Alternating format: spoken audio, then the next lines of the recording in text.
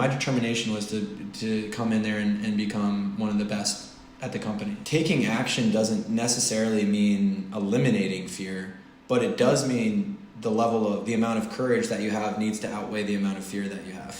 Without the discomfort, without the stepping into the zones where you don't know what you're doing quite yet, without owning your mistakes, there's no real lasting joy. From SGI USA, I'm Cassidy Bradford, and this is Buddhability, the weekly series where I talk with Buddhists from all walks of life about the power we each have to change our lives and the world around us. Thank you so much for coming on the Buddhability podcast today on this Saturday morning. It's really great to have you here. We're going to be talking a lot about career and ambition. So before I tell your whole story for you, I'll have you introduce yourself so you can just share a little bit about yourself and maybe your life before you started practicing Buddhism.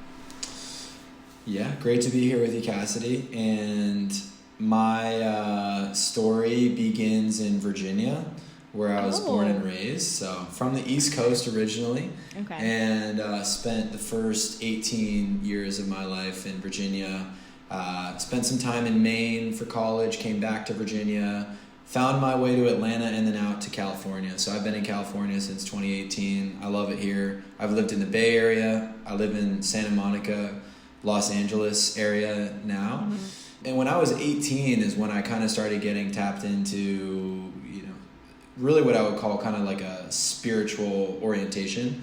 I was a collegiate athlete. I played lacrosse, and one of my teammates when I was a freshman, who was definitely one of the leaders on the team and just had some of the most creative style of play on the field. I had a lot of admiration for this individual, even though that I had never met this person because they were studying abroad when I came into that university. They passed away as a freshman, and it was just like a defining moment where I really looked myself in the mirror and questioned, if my life were to end at this moment, would I really be happy with the way that I was living? And I remember having a breakdown. I remember just feeling so sad. This person was very, from what I learned about him, focused on living in the moment and being in the now. And I just kind of realized I was not a present individual at that time. Had a lot of anxiety.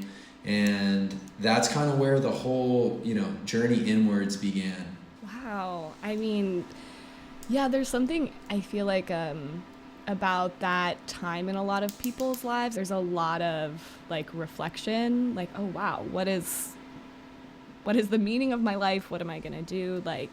What kind of purpose do I want to live, my life with?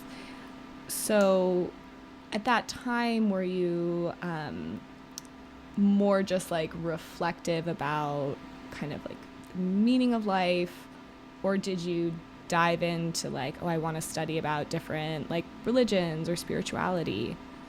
Yeah, good question.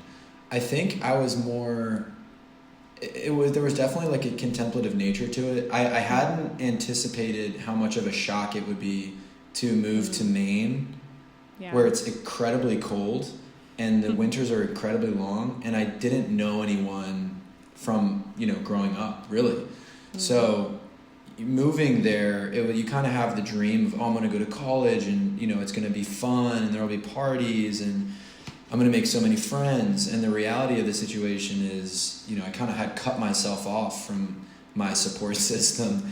So the reality of the situation was so at odds with the vision that I had of what it meant to be a college athlete and what that would be like. I don't even think I had come to terms with it because I was still kind of living in, I wanted that other version of reality to be true. Yeah. So I was really trying to, kind of escape the reality, I guess. I was partying a lot and, I would wake up the mornings after those kinds of nights feeling so terrible. And so I felt like it was this cycle of, I didn't really see a way out. And so it was more just, I wouldn't say it started as a crazy esoteric. It was just I don't feel good. Yeah. And so it started as I remember deciding the first step was going to see a counselor. I didn't want anyone to know that I was struggling. So Yep. I remember walking there with my hoodie all the way up. I'm like, I don't want anyone to see me going here. And just sitting down, and she turned out to be kind of very like an Eastern philosophy based approach. And she really started teaching me how to pay attention to my own body and how to, you know, just even take deep breaths and relax into that sensation. And I was genuinely like shocked at how much different I would feel like coming out of those meetings with her. And so she also happened to lead some mindfulness kind of classes on a regular basis at the school. And then that's where I would say, you know, kind of the purview started opening up on a more kind of like philosophical level of like, if I could feel this much change that quickly, like what does that mean? Like how far can I take this? Like, what does it mean to be happy? You know, can I get to a place where I don't have any anxiety? Like, and then I definitely started taking some Eastern philosophy courses. I remember taking a course on Buddhism, and you know, there's so many kinds of Buddhism, right? There's many different sects of Buddhism. But I remember, you know, learning about this concept of like enlightenment, and it felt so like esoteric and theoretical, but I was curious. I was like, what does that mean? And is that a real thing? That was certainly a question that I had. Can you become happy? Absolutely happy. Yeah, I think a lot of people, when they think about Buddhism in particular, they envision like you have to live one particular way of life that's really like separate from daily life. Like it can seem like, oh, enlightenment is this like, this far off thing, or you have to practice this like certain lifestyle. So I think a lot of people wonder like, okay, but can I really apply that to like daily life and still have the kind of life that I want to live? I know that like you started practicing Buddhism after college. Can you walk me through like maybe the time from college to when you started practicing Buddhism? Like what was your life like? What was your sort of journey with spirituality? And then how did you find Buddhism? Yeah, I think at the end of the day, the ultimate source ended up being a career aspiration that led me to really try this practice. So we'll definitely get to that. And I definitely wasn't trying to practice Buddhism consciously at first. Okay. And so I had like kind of an 8-year journey of following where the music was. Just, that sounds interesting. That sounds interesting. Okay, I'm really interested in meditation and, you know, yoga, and then, okay, that's cool. And then learning about other, you know, I'm like, whoa, what's Zen? Like, there's Tibetan Buddhism? Like, what's Tibetan Buddhism all about? Like, I was kind of following, you know, I checked out like Zen, I checked out like a Japanese style, like Zen monastery where, and also got really involved at the university in this group called the Contemplative Sciences Center at the University of Virginia, which is an incredible organization. So I would say that I was kind of gradually edging towards becoming a Buddhist on accident. And that's ultimately how I describe it to people. Like, it really did happen on accident. And it took many years, and then it ultimately took in a lot of actual evidence of how much it was working for me to kind of realize, like, wow, I really fundamentally am aligned to this philosophy. And, you know, I kind of became a Buddhist it got to a point where I'm just like, this is just who I am and what I believe, and it works for me, and I guess I'm a Buddhist. Yeah. But that was like, I would say that was like a year into the once I had, you know, kind of started practicing with the SGI and learned about Nichiren Buddhism. It answered a lot of the questions where I hadn't felt fully satisfied with some of the other kind of routes and avenues that I had studied in Buddhism. Like, it felt like up to that point, like, it was this philosophy that was going to require, you know, full commitment to kind of removing oneself from the daily living. And I've always been, you know, fascinated by the world and inspired, like, in going back to work, like, you know, but in business, I was really inspired by my dad in business and his journey. And I always wanted to, you know, kind of carve out my own path. I knew that I needed to find a way to bridge those two things, like my career and my spiritual practice. But I really, until I found the SGI, I really say those things felt like they were competing. And the Nichiren Buddhism really helped me see how they are synergistic and they work together. They reinforce one another. And that's when almost immediately I was like, wow, this philosophy is the one that I've really been seeking in my heart. I love that, like it was, or hearing that it was kind of like this process of exploration up until the point you find SGI Nichiren Buddhism, and even then too, like really kind of, exploring, okay, is this really like the thing that is right for my life? Does it actually align with like how I want to live my life, being able to accomplish all of my goals? When you were first introduced, like, what did it look like? Were you like, okay, I'm going to start chanting every day and I have a goal in mind? Or was it like baby steps? Yeah, it's a great question. At that time, I was in the corporate world and I was in the consumer goods industry, and I learned a lot about sales and operations, and I didn't really feel like that was the path that I wanted to fully commit to.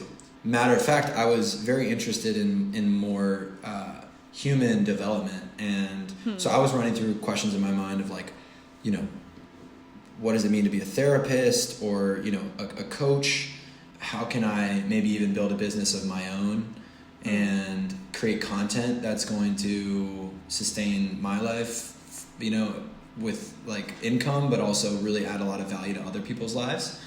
And so I was kind of in this, you know, amorphous, unsatisfied point in my career where I felt like I wanted to give and I wanted to earn, and I wanted to do something different than what I was doing. So I wouldn't say it was a very enjoyable period of my life. Yeah. And I had started a blog around kind of like mindfulness and well-being. And, you know, there were a lot of people giving a lot of positive feedback, but I still knew that there was going to be something deep and fundamental that needed to change for me to turn a passion side project into a real business. But I didn't know how to turn that corner. So I was genuinely seeking, and I did know that I needed to change, and that I had come to believe that the universe is a vibrational field at its essence. And I had basically figured out like I needed to change my vibe. If I up-level my vibration, then I will attract customers and build a business. So I had gotten to the point where I figured out if I change, the business will build, but I didn't know how to rapidly change my own vibe. Yep. And like mindfulness was helping me calm down, but I kind of needed to not just be calm. I needed to be courageous. I needed to try new things and break through, you know, self-limiting beliefs that were holding me back from the things I needed to do. And so that's when I was on a run one morning very early because I was trying to blog before my 9 to 5. So it was around 5:30 in the morning. Sun was coming up, and I'm running down the streets of San Francisco, and I am feeling pretty good about being up that early. So I'm high spirits, and I run past a guy, good morning as I'm running by. And he kind of mumbles something, you know, and he's like, Nam-myoho-renge-kyo. And I really was so bewildered. I didn't have any idea what he had said, but he said it with so much energy and conviction. And his life felt like big. And I was just like, who is this person? And I didn't know why, but something in my life told me to just stop and have a quick conversation with this individual.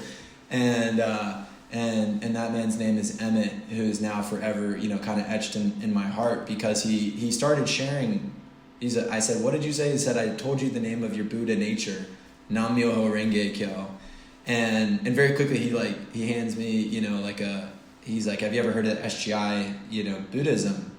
And my mind is being blown in that moment, because my perception of Buddhism had always been, you know, a monastery here or a pocket over there, or it was always like a side quest. And so, you know, you're connecting philosophy, you're connecting the real world right in that moment. And he kind of explains, you know, you can chant for what you want. And so I just immediately knew, whoa, like something in my life told me this is going to help me build a business. Yeah. In that kind of moment where you're like, okay, I'm ready to try chanting, and if so, then like, were you chanting about your career? What did it look like? I was definitely extremely open-minded and ready to jump in. And that's a quality that I think my mom helped instill in me. And she's somebody who's all about like, just follow your heart, right? Like if it feels right, trust your gut. And something about that moment said, trust your gut on this. And I actually chanted the whole run home because I didn't want to forget the words. Wow. So, and I needed to get home and like write them down. And so I was like, with my steps, I was like, Nam-myoho-renge-kyo. Like and then the minute that I got home, I wrote down, the words and immediately started chanting on a daily basis for my first customer. I mean, did you get your first customer? What happened? Yeah, so the first thing that I noticed was it was not a magic like gift that I thought was going to come from somewhere. I immediately felt different on the inside, and I could tell when I was chanting that the way that I was thinking about the business started shifting. So previously I had imagined if I'm going to become a coach, I need to build a YouTube channel. I need to have a podcast. I need to have a successful blog. Like all these things that I thought I needed to do before I could have a business. And then quickly one thing I kind of recognized was like, those are all holding me back. All those ideas, like I actually need to start taking much more direct action and actually just try and work with someone or work with folks. So that's kind of where I just recognized it almost helped me start deprioritizing non-essential tasks in my mind and recognizing what the real thing I needed to do was put myself out there. And then, it turns out I actually was chanting for courage to, ask, put myself out there. And that led to, meeting someone in a kind of random location who was looking for a coach. And I think if I had not chanted, I would have just been, oh no, what are you doing? Don't walk up to some random person. Like they don't want to be bothered by you. Like you can't do anything for them. So it was kind of like that shift in mentality where it's like, well, what if? And that internal change of like, what if, instead of like, no, they don't, before I even talked with them. That was ultimately the shift that was what led to that conversation and that first customer. So yeah. Wow, I love the way you describe that. I mean, it sounds to me, and like, correct me if I'm wrong, that like kind of your more like mindfulness practices up until that point, like you said, had kind of helped like calm you in the moment, but that chanting kind of gave you the power and like maybe hope or openness to take more action. Is that like kind of accurate? I'd say 100%. I think generally when we're not taking the action we need to, it's coming from fear. Yeah. And taking action doesn't necessarily mean eliminating fear, but it does mean the amount of courage that you have needs to outweigh the amount of fear that you have. So I felt like I felt like I had often been in a place where the fear was greater than the courage level that I needed. Yeah.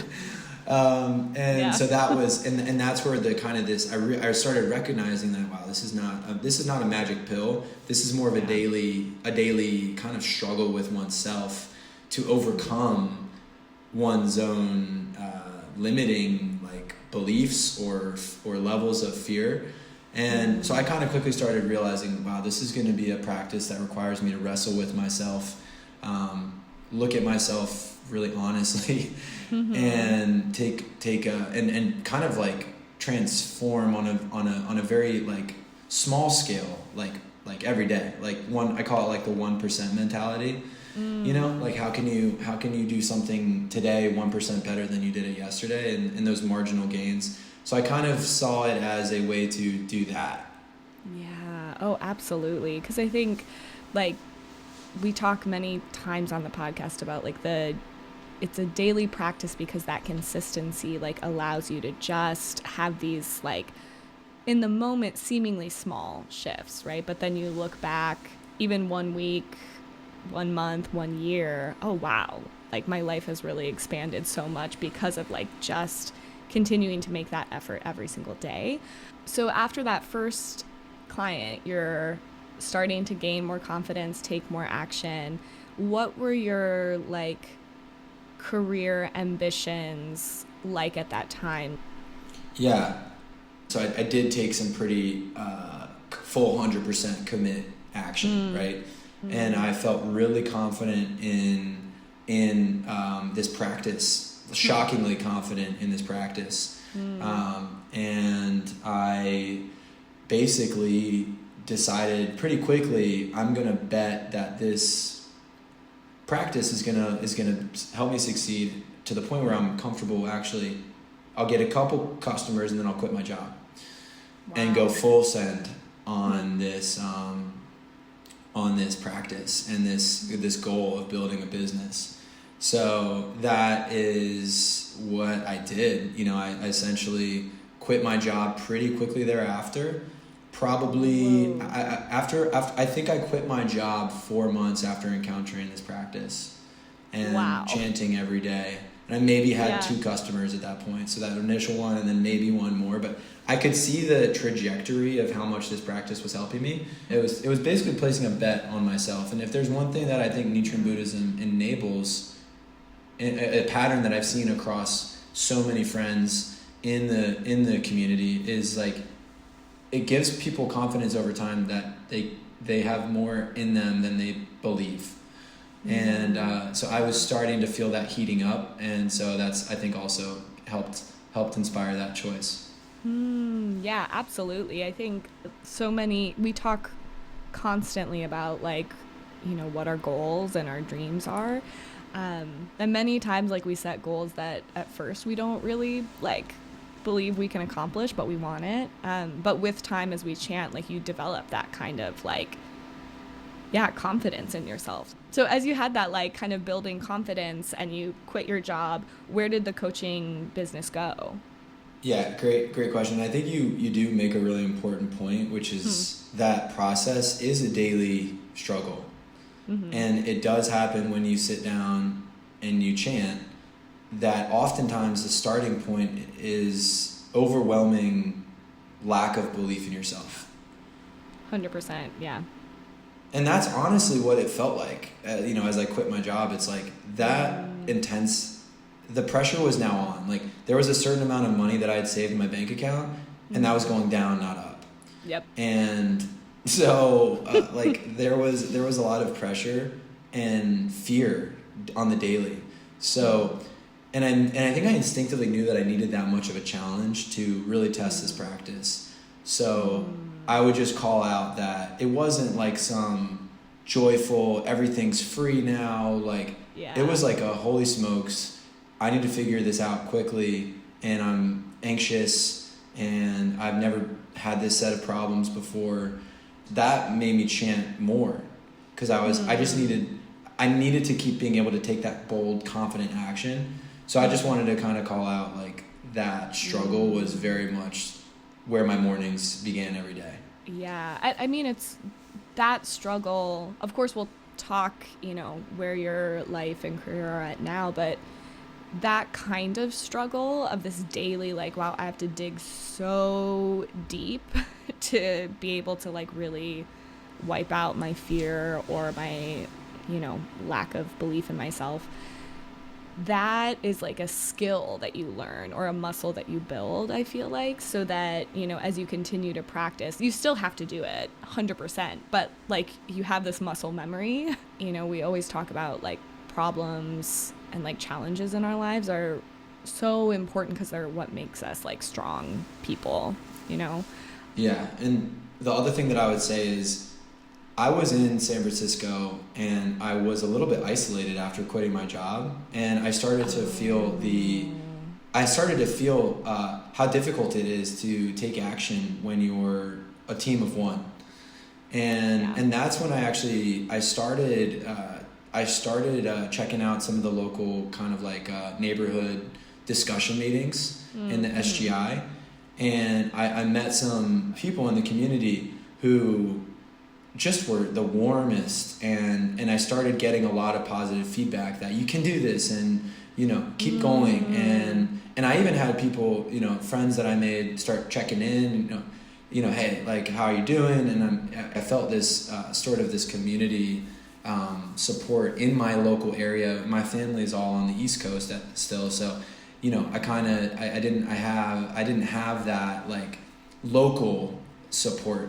So like finding people to actually be in the same room with and who were encouraging me to, yeah, you got this, no, like 100% you can do this. That was an important part of the process, I would say. So that was kind of when I started attending the discussion meetings, I would say more. Was because I was like, I'm in my home all day. I'm in these thought traps of thinking about all these actions I could take, and so checking out those discussion meetings became a point where and that's where I started learning about some of these Nichiren Buddhist concepts, like turning poison into medicine, like the obstacles that you encounter on the journey can actually accelerate your growth as a human being. And that's where I also started learning that Nichiren Buddhism actually very much has a perspective on how to think about your career and success and why those things matter. So those things kind of started heating up a little bit where I was more curious and interested in the philosophy. Yeah, it's interesting hearing like sort of this progression of first like, okay, chanting. All right, chanting works. I feel the difference in chanting. And then as you have that kind of like confidence in yourself, confidence in the practice of chanting, then it's like, okay, there's still so much more here, so studying more about like different Buddhist concepts to really inform like how you take action, being connected to the community so that you have this way to like encourage yourself to keep going. I guess maybe I'll ask like what kinds of things were you like learning at the time, or like what connections were you seeing between your career and like Buddhist philosophy, and like how you were approaching this like goal for your coaching? I think the first concept that I saw or became aware of is this idea that earthly desires are enlightenment. And that's a very big concept that takes a while to unpack. Yeah. But at its core, it's basically saying that the things that you naturally want to do in life can be accelerators for you achieving even greater levels of happiness.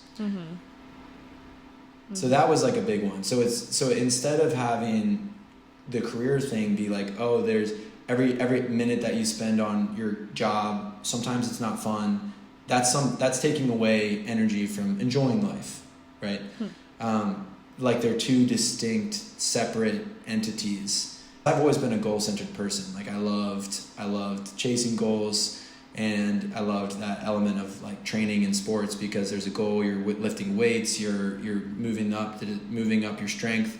So the idea that earthly desires are enlightenment basically meant to me that me pursuing this objective of building a business is part of my spiritual path, and not only just part of the path, but like who I'm going to become in order to be successful there. That transformation is where the happiness lies. It's that internal.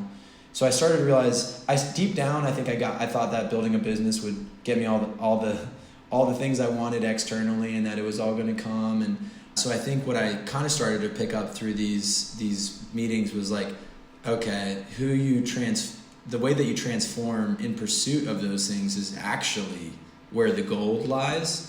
And so all of a sudden these goals become these goalposts that you set, and it's about the process of running towards them and building your strength, and becoming a strong person is happiness. Being strong is being happy.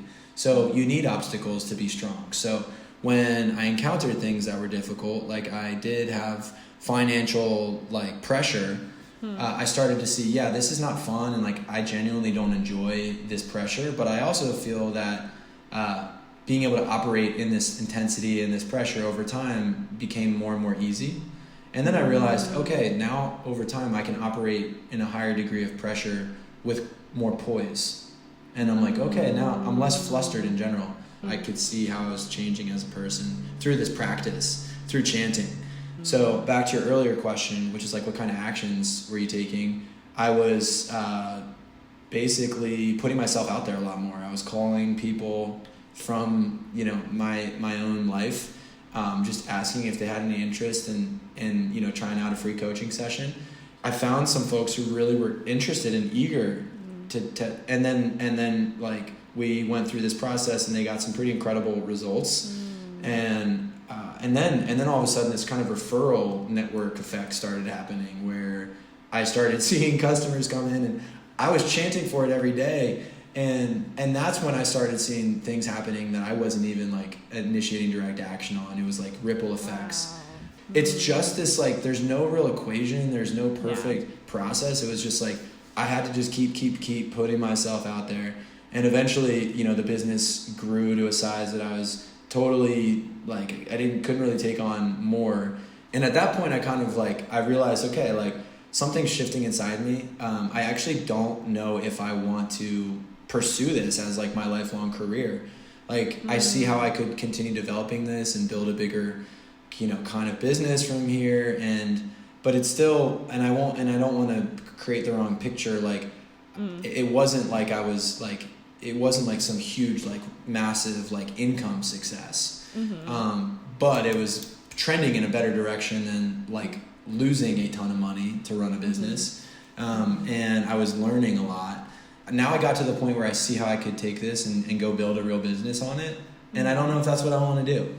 Wow. What did it feel like to kind of like have all of this success, see you can do it, and then go, but actually, I don't know if that's what I want. Like, to me, I would feel like scared. It's definitely a little bit, you grieve in a way. You know, and I think that happens a lot in life sometimes. And so I think I was a little bit sad because then I was back in the a kind of career, you know, uncertainty, and I was questioning like, wow, like I'm at this age now, and you know, I had gone to business school and I had tried this thing on my own, and I see a lot of peers, and I was doing a lot of comparison, and a lot of my peers have been, you know, kind of moving up the ranks in their various industries, and I'm kind of doing this. It felt like a side quest. And I you know, maybe I was slandering myself in that way because it was just not something anyone else was doing. So I kind of felt like that inferiority like kick in, and I was doubting myself big time on what should I do next? What can I do? Like, will it be possible for me to have a fulfilling career? Like, it was like, cool, I accomplished this thing and I'm pumped about that. And like, I figured out how to run my own business and how to, you know, create income out of nothing. But also, what's next? Yeah. So how did you like figure out what was next? How do you move forward from that point of kind of like certainty in some ways and uncertainty in others? Great question. Again, I think these points of uncertainty are when I have learned to lean on the SGI community the most.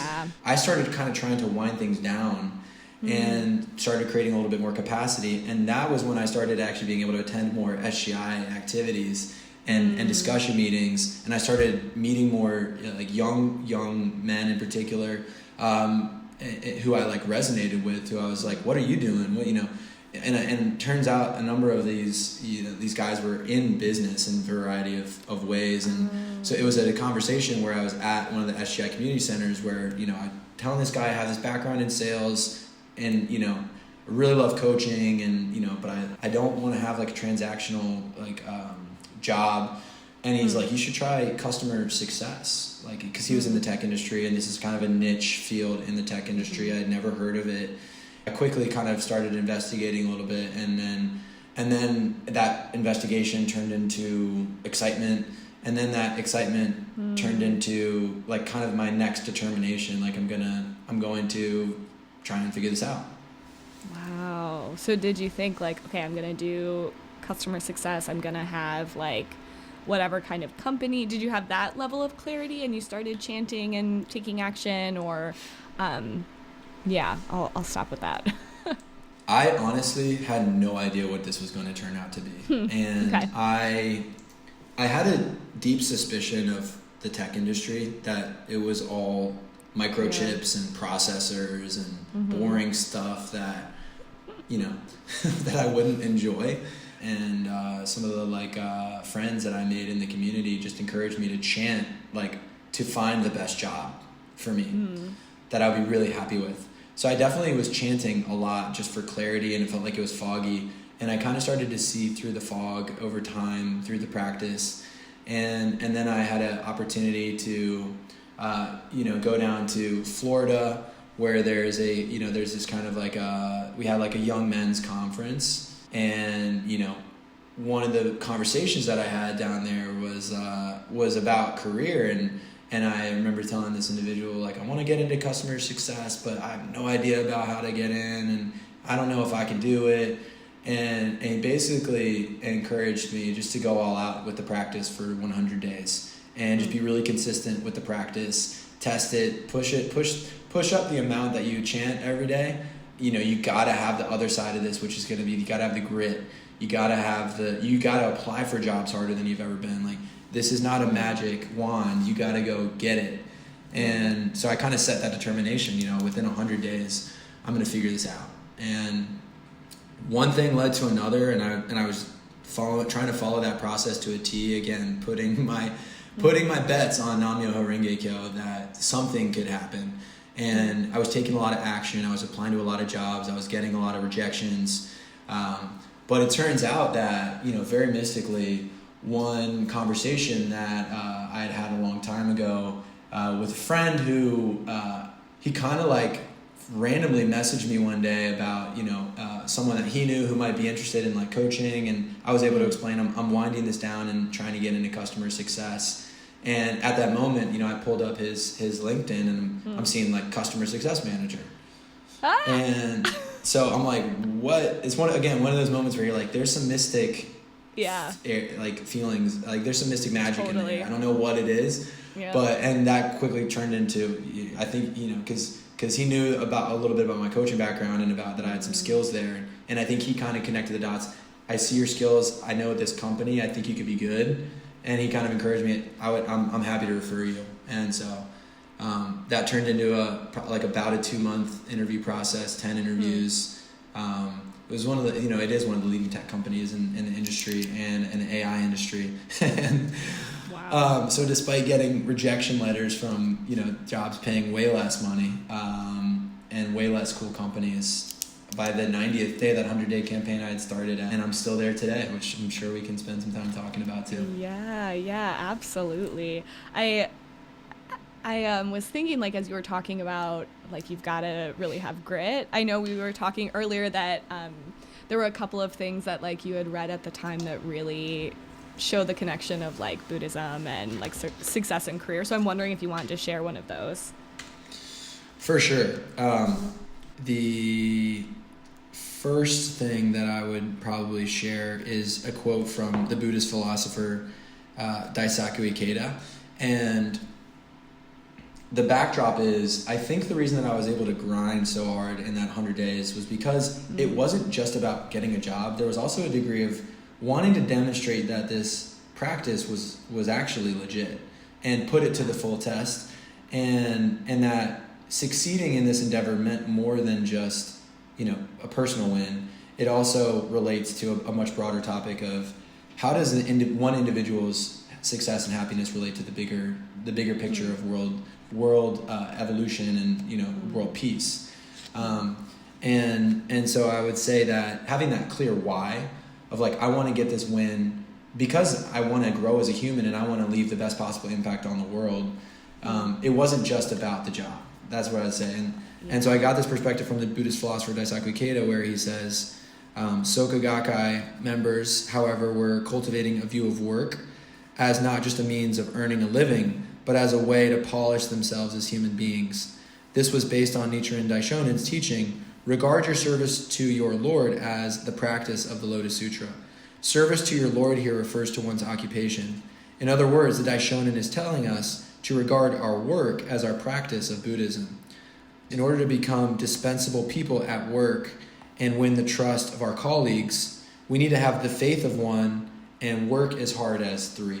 So that was kind of the mentality that I was trying to lean into here is okay, if this Buddhist philosophy is correct, then if I'm consistently practicing, I'm going to get a win here for sure.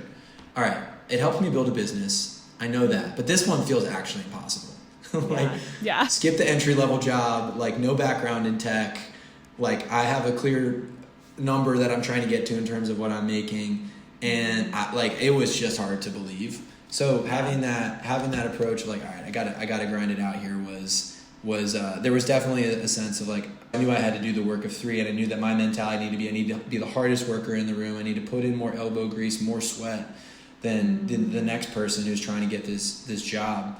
And so that's kind of where I would say the philosophy started informing my approach. So did that, I'm assuming, like, you know, that kind of approach then follow you into like the first year or two at this new job? Like, did you have imposter syndrome also? Like, oh, 100%. 100%. Yeah. I get into the company, and, you know, it's a well-funded, venture-backed, you know, I definitely had imposter syndrome, and I get into the office, and there's around 250 folks at that time.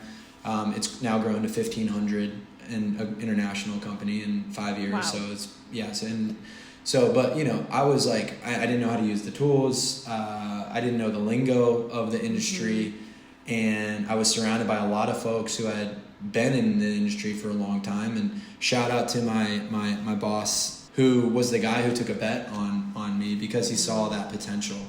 And so my desire to accelerate like the seriousness with which I chanted was even increased, because I knew that I had a bigger learning curve than everybody else who was around me. So yeah, I continued to really lean on the practice, chanting before work, you know, every single day.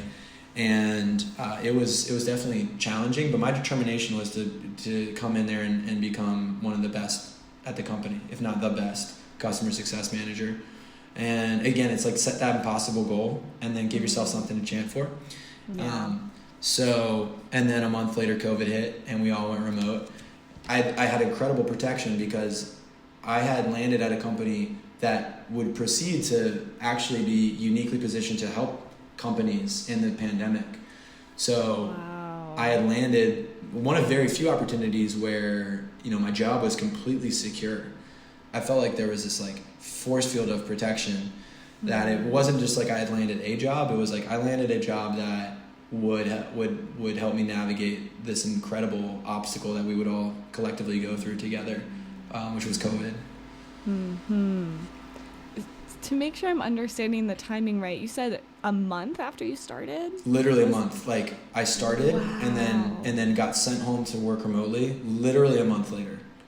Wow. Oh my gosh. So you like don't even get time to really like develop relationships with your colleagues in the same way. You don't yet know like the culture, and now it's all remote and you're like everybody is of course dealing with the world. How did you like on a day-to-day basis, like how did you manage that time? Like let's just say like 2020. Were you like remote the whole time? What kind of like work were you doing? What were your personal kind of like struggles?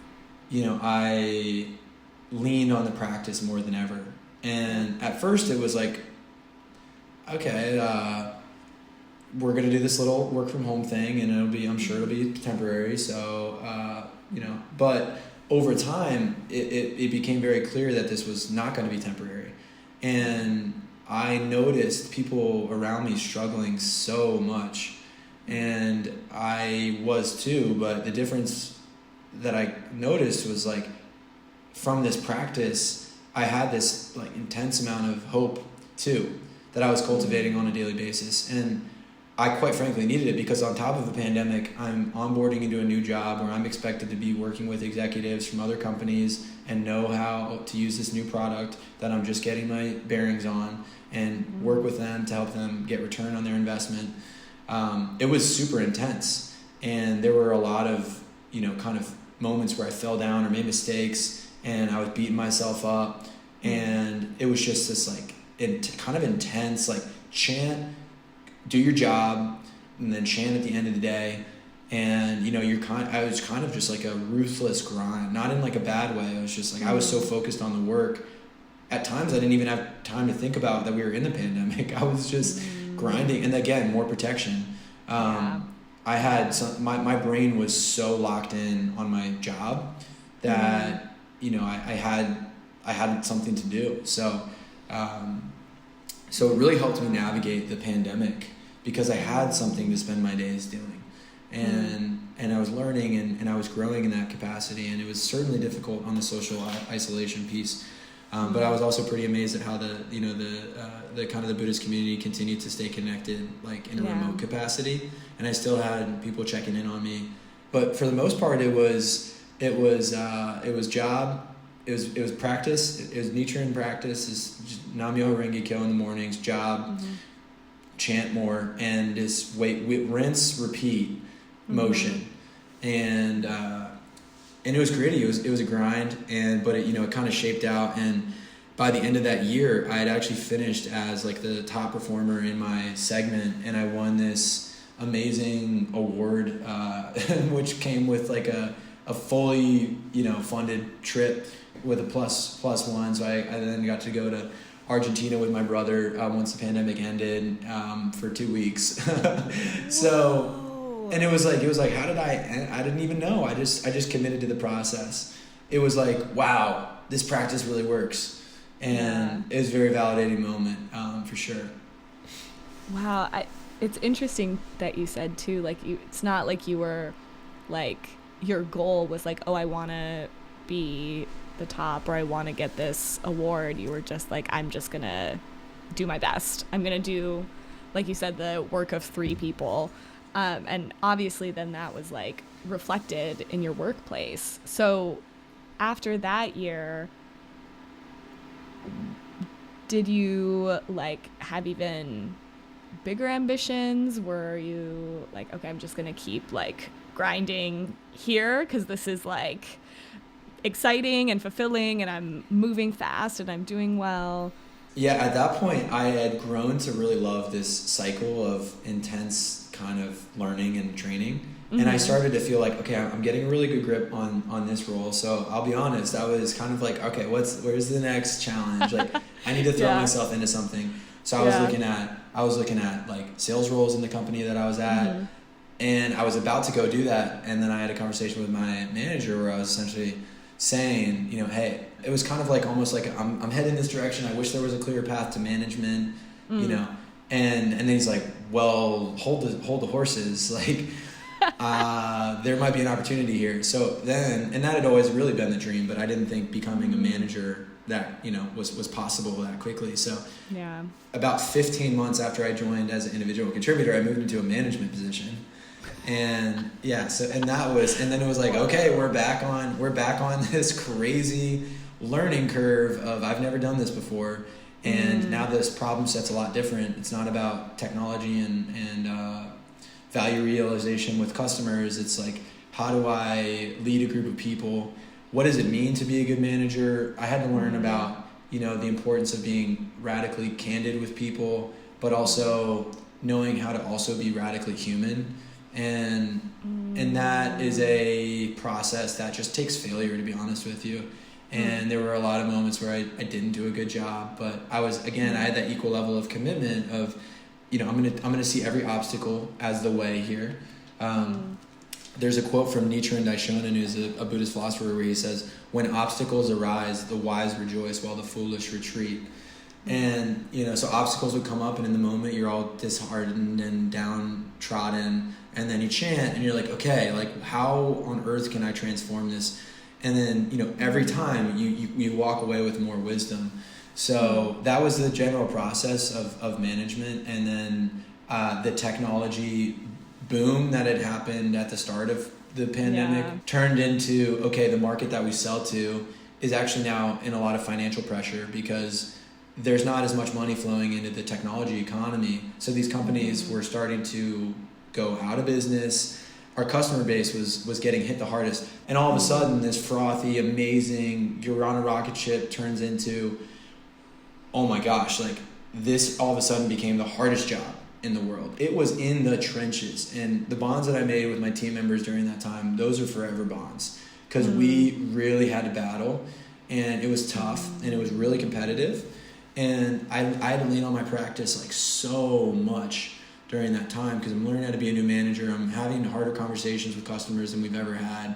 And I have to continue to be able to also instill hope and optimism in the people around me. So that means not just having hope for myself, but enough energy and life force to hold space for everybody else and all the challenges that they're going through.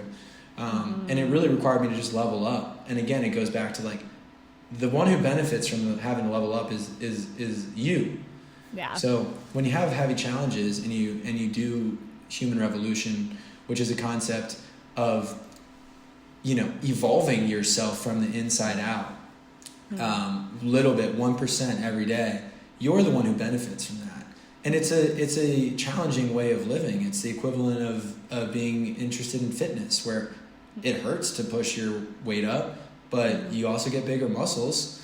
And so it's kind of this weird relationship with discomfort and pain that like any supreme athlete has. And I was never a supreme athlete, but I want to clarify that. But but really, if you look at anyone who's successful, I think they've had that relationship or dynamic with obstacles of like, it's the obstacle course that makes you who you become. Yeah. Well, I have two things that I was thinking. The first is just off of what you're saying about like the challenge is what makes you grow. Like thinking about, your coaching business, then the job search, then this period, right? Had you not like done this grind of coaching business, then job search, then first year on the job, getting to management, like it's unlikely, right, that you would be able to be the same kind of, like manager and be able to have the same kind of success had you not like built that muscle through all of those previous challenges. The one thing I was curious about is if you see like, you and I had talked before that there's like, you see many connections between business and like Buddhist philosophy and practice. But I'm wondering, like, what connections maybe you saw between, like, the people dynamics of, like, being a manager and, like, Buddhist practice and Buddhist philosophy. Like, did any of that inform? Question. I mean, 100%. So the worst managers are the ones who think that everyone needs to operate exactly like they do, or else they're not good at their job. And I'll be honest with you, that was a little bit of my disposition when I became a manager. Yeah. You go from being you have excellence of your own craft, and you're like, okay, I gotta replicate what I'm doing. So that's what a bad manager does in most instances, unless it's a very, very, very nuanced job where there is a very specific set of actions. There's this concept in Buddhist philosophy called peach, plum, cherry, damson, and it means like there's all different kinds of fruits, essentially, right? There's peaches, there's plums, there's cherries. The goal is to fully be the peach or to fully be the plum or the cherry. And that's your job as a manager, is how do you fully empower someone to fully step into their own potential? And what that requires is to actually see the unlimited potential that every individual has, and have that be the starting point. So, but it was all about having the life condition to see people so different from myself and see that their strengths could have their own way of helping them succeed. And a lot of it was letting go of control, letting go of my way of doing things, and getting to know individuals and trusting people more. So it was a struggle to learn how to work with people who operate so differently than me. Yeah. But over time, I came to see, wow, not only can they do this in their own way and deliver results, but actually they make the team so much better when I empower them to bring that unique strength to the table. And then I kind of realized I'm more of like I like more like hold the space. And actually, like, I don't have to do everything here. And all of a sudden I start realizing these people are so much better at things than me. They are so much better than me at certain things. And then I think is when the team started really harmonizing more.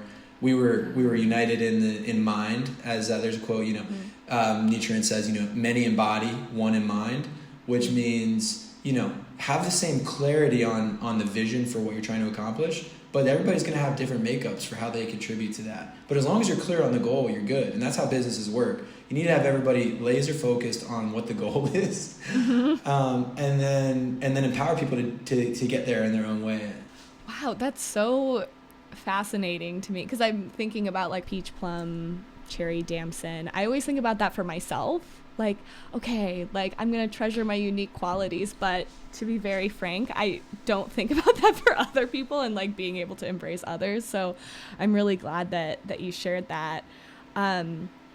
So as the team was like really starting to like harmonize, and I'm assuming you're feeling good, like one, did you have any big obstacles? But two, was that sort of effort reflected like in your workplace? Were you guys getting, any kind of recognition, or, your teammates were, getting recognition?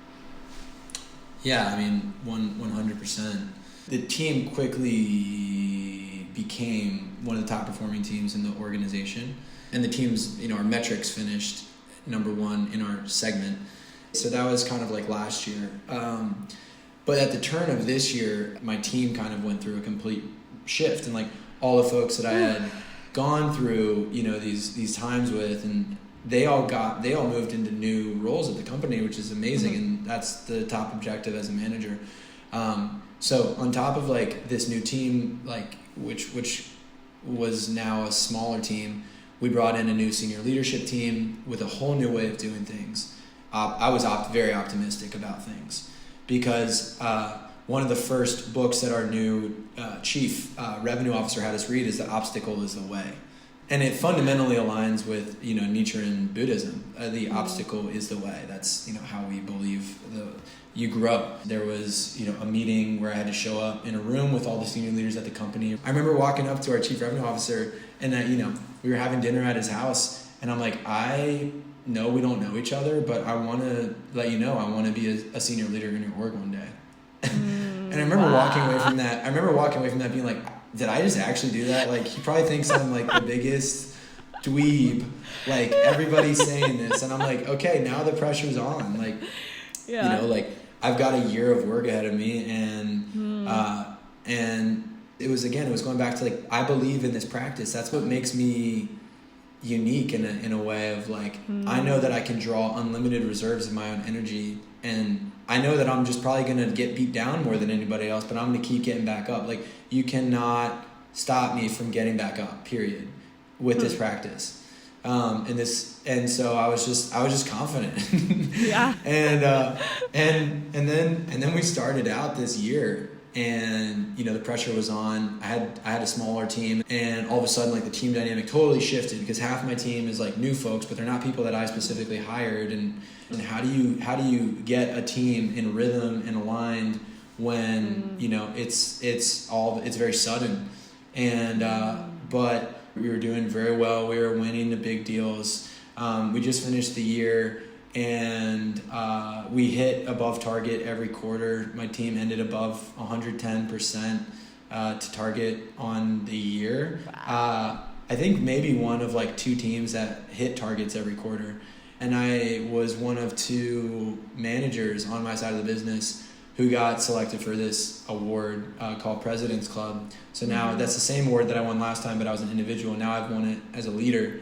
Wow. So I'm gearing up to go to Punta Cana in a week with a bunch of folks from my company. But the crazy thing is, that was a goal that I wrote down on right in front of my little altar that I where I chant every day. I wrote that down in February last year, like President's Club, and it felt like such an impossible goal. It was like, even writing it was like almost like, I don't want to write this down and be let down. You know? I've been there. But I wrote it down, and I was chanting for it every day, and every grind, every battle, and it was nothing but endless battles in the day to day.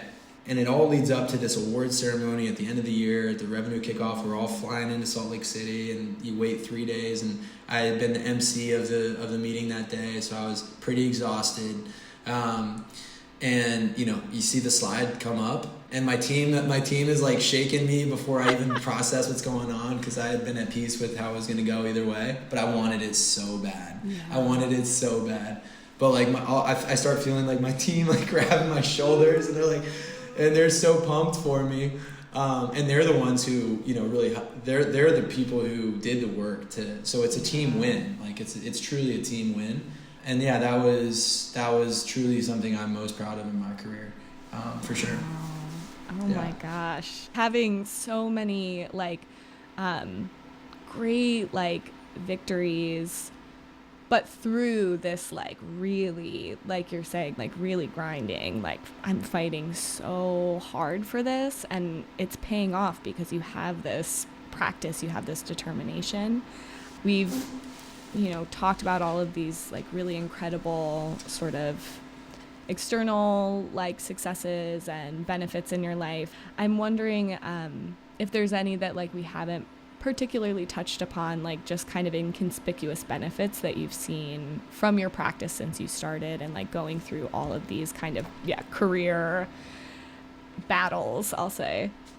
Yeah, I mean, so that's a great question. What is inconspicuous benefit? When I think about inconspicuous benefit, I think there's two types of benefit, right? There's conspicuous benefit, which is me getting that first customer, getting that job, winning these awards. Those are tangible. They're point in time. They don't last though. You will go up and then you will come back down. It is how it works. That's not a sustainable source of happiness. Yeah. Inconspicuous benefit is happiness that it's moving. It's like lifting the tides within your own heart of how you feel on a day-to-day basis. How much gratitude do you genuinely wake up with? How much love do you feel for other people? How much resilience do you have? How do you feel when life gets really difficult? That's more the inconspicuous benefit. And that's more than anything, 100% the best part of this whole 5-year process has been as a result of, approaching these challenges from this kind of spiritual lens. I don't feel like the same person at all. I just don't. I feel more confident. I feel way more secure. I feel a lot more poise. I feel more gratitude. I feel genuinely just living the dream status. And that's not to say that I feel that way in every moment or that I don't have problems. But it's there's this baseline of just realizing how precious my life is. So, and I wrote this quote down on that altar right around when I wrote that other goal. And I think this speaks more to tying it to inconspicuous benefit. The inconspicuous benefit only comes from the daily grind, period. And the grind only comes if you're inspired. So step one is get inspired. Think about a dream that is going to move you. And for me, that was in that moment, that was that President's Club award. So I wrote this quote down and I looked at it, hundreds of times.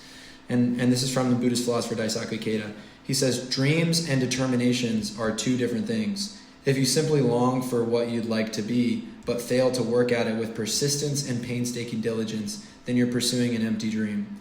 If you were really resolved to become the best, then you'd already be taking concrete steps and working with all your might in that direction. Success is another name for repeated, unflagging effort. Hopes and dreams alone, without hard work and struggle, only leave you prey to anxiety and frustration as the real situation grows steadily more wretched. Real faith lies in making continuous efforts to improve yourself. And I think that my mentality has kind of shifted in a way to be more aligned with that, of this spirit of constant improvement and 1% gains every day. And that mind state shift is a little bit is how I would classify the inconspicuous benefit that's changed. It's joyfully wanting to continue expanding and realizing that it's that process of expansion that actually makes you happy. So without the discomfort, without the stepping into the zones where you don't know what you're doing quite yet, without owning your mistakes, there's no real lasting joy. So I'm ready for whatever comes next, and again, just appreciative of every day.